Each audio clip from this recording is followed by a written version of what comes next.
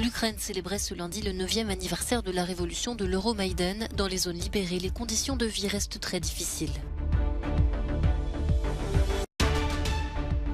Des dizaines de victimes et un bilan qui risque de s'alourdir après un séisme dans l'ouest de l'île de Java en Indonésie.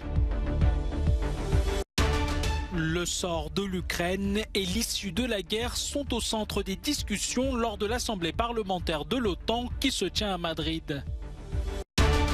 Les joueurs de l'équipe iranienne refusent de chanter l'hymne national lors du match au Qatar contre l'Angleterre en soutien au soulèvement dans leur pays. Sous la neige, l'Ukraine célébrait ce lundi le 9e anniversaire du début de la révolution pro-occidentale de l'Euromaïdan. À Kiev, le président ukrainien et son épouse ont honoré la mémoire des militants décédés en 2014. La révolution de Maïdan avait conduit à la chute du président pro-russe Viktor Yanukovych. C'est un souvenir émouvant. Nous pensons à tous ceux qui ne sont plus avec nous et soutenons nos héros qui défendent aujourd'hui la liberté de notre pays. Pendant ce temps, dans les rues de Kherson libérées des Russes, l'euphorie cède parfois la place à la frustration, avec notamment de longues queues lors des distributions de produits de première nécessité. Qu'avez-vous eu aujourd'hui? Des pommes et des biscuits. Et de la viande? Oui, un peu de poulet aussi. À Kherson, la vie reste particulièrement difficile. Les rayons des magasins sont encore bien vides et les prix très élevés. Sur le terrain, les affrontements continuent. Ce lundi, le ministère russe de la Défense a déclaré que les troupes russes auraient frappé les postes de commandement ukrainiens près de Tchemchenkov dans la région de Kharkiv. Moscou a également accusé les forces armées ukrainiennes de bombarder la centrale nucléaire de Zaporijia. Mais Kiev dément ces accusations. Des blessés traités à même le sol en Indonésie. Un puissant séisme a secoué l'île de Java, la principale du pays. La secousse a été ressentie jusqu'à la capitale, Jakarta. Mais c'est ici, dans l'ouest, que le tremblement de terre a été le plus violent. Plus de 162 personnes tuées, des dizaines de bâtiments effondrés sur leurs occupants et de nombreux enfants parmi les victimes. Après les cours, il suivait des leçons supplémentaires dans plusieurs écoles islamiques qui n'ont pas résisté au séisme de magnitude 5,6. Le bilan devrait encore s'alourdir, mais difficile d'avoir une estimation. La région rurale de Cianjur et ses 2,5 millions d'habitants est éloignée.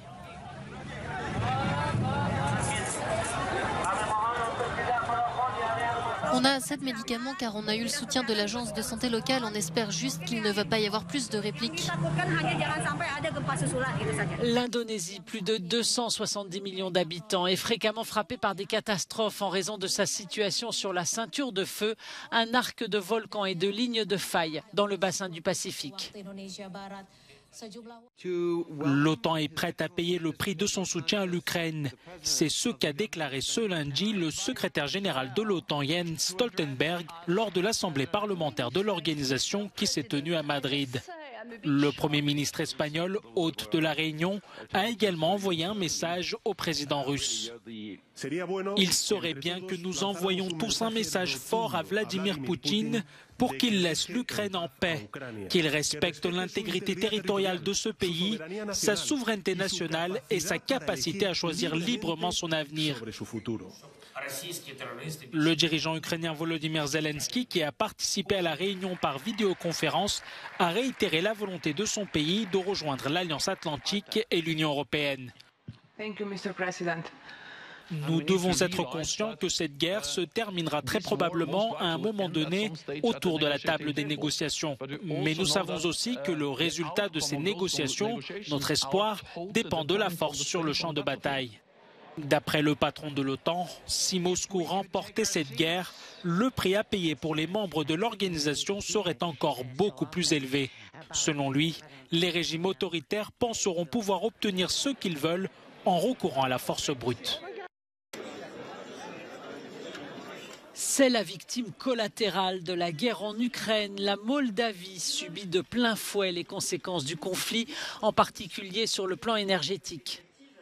C'est la 3e réunion de la plateforme internationale de soutien à la Moldavie à Paris, lancée à l'initiative de l'Allemagne, de la France et de la Roumanie. Nous nous concentrerons d'abord sur les besoins de court terme, d'urgence, aider la Moldavie, aider sa population à tenir cet hiver. Et puis le deuxième objectif de cette conférence, comme les précédentes, c'est d'apporter à plus long terme une aide à la Moldavie en soutenant son programme de réforme économique, en soutenant ses infrastructures et en résumé en l'aidant dans sa marche vers l'Union européenne. Les exportations d'électricité en provenance d'Ukraine ne sont plus possibles du fait des bombardements. La compagnie russe Gazprom a réduit de moitié ses exportations de gaz vers Chisinau. La Moldavie est menacée militairement par Moscou avec la présence de soldats russes dans la région séparatiste pro-russe de Transnistrie. Le pays est fragilisé par l'arrivée de réfugiés ukrainiens. Face à tous ces problèmes, cette réunion à Paris a aussi pour but de préparer la Moldavie à son adhésion à l'UE. Garder le silence est parfois un acte courageux. C'est ce qu'ont fait les joueurs iraniens au Qatar. Ils n'ont pas chanté l'hymne national de leur pays en soutien au soulèvement. Femmes, vie, liberté, pouvait-on lire en anglais sur une banderole dans les tribunes occupées par les Iraniens qui retiraient a vite disparu. L'Iran est secoué par des manifestations réprimées dans le sang depuis la mort le 16 septembre de la jeune Mahsa Amini pour une mèche de cheveux trop visible. Je suis venu ici pour faire entendre la voix des Iraniens et nous voulons que les gens entendent femmes, vie et liberté.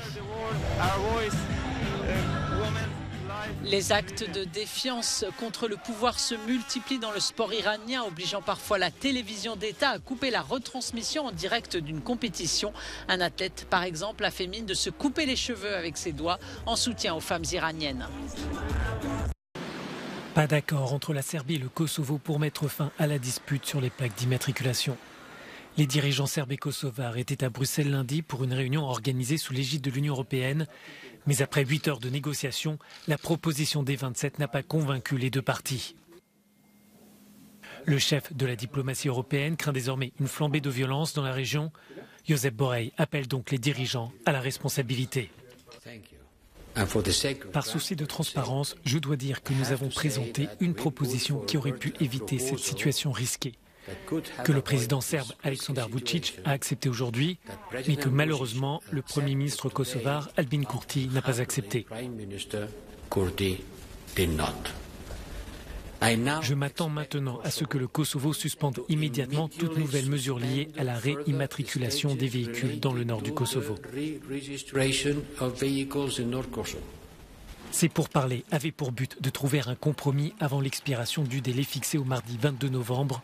Pristina compte imposer des amendes si la minorité serbe refuse de changer les plaques d'immatriculation antérieures à 1999, quand le Kosovo appartenait encore à la Serbie. Le Premier ministre kosovar souligne que sa décision est la conséquence de l'abandon des efforts par le chef de la diplomatie européenne de parvenir à un accord général avec la Serbie. Bien sûr, c'est inacceptable pour nous si cela ne s'accompagne pas de ce que nous sommes appelés à faire. Josep Borrell a renoncé à la proposition de l'Union européenne de normaliser les relations entre le Kosovo et la Serbie. Les tensions progressent dans la région. Des centaines de policiers, de juges et de fonctionnaires issus de la minorité serbe du Kosovo ont quitté au début du mois leur poste après l'ultimatum lancé par le gouvernement kosovar. Des milliers de tonneaux de vin et des centaines d'acheteurs. Bienvenue aux enchères des hospices de Beaune en Bourgogne, dans le centre de la France. Avec une recette de près de 29 millions d'euros, l'édition 2022 a pulvérisé ce dimanche son précédent record établi en 2018 à tout juste 14 millions. De quoi donner le sourire aux organisateurs de la plus ancienne vente caritative au monde. Exactement, on est passé presque d'un extrême à l'autre. Le millésime 2021 comptait 362 pièces. C'était le plus petit millésime depuis 40 ans. Là, on est à l'autre extrême en 2022 avec un millésime qui est parmi l'un des plus abondants. Et la 162e vente des vins propose 820 pièces à la vente. Donc c'est la deuxième plus grande mise en vente de cette belle institution. Un succès inattendu, notamment lié à la grande qualité du millésime et la reprise après 2 années marquées par la pandémie. Une partie de la recette des ventes des hospices de Beaune reviendra à des associations d'aide à l'enfance.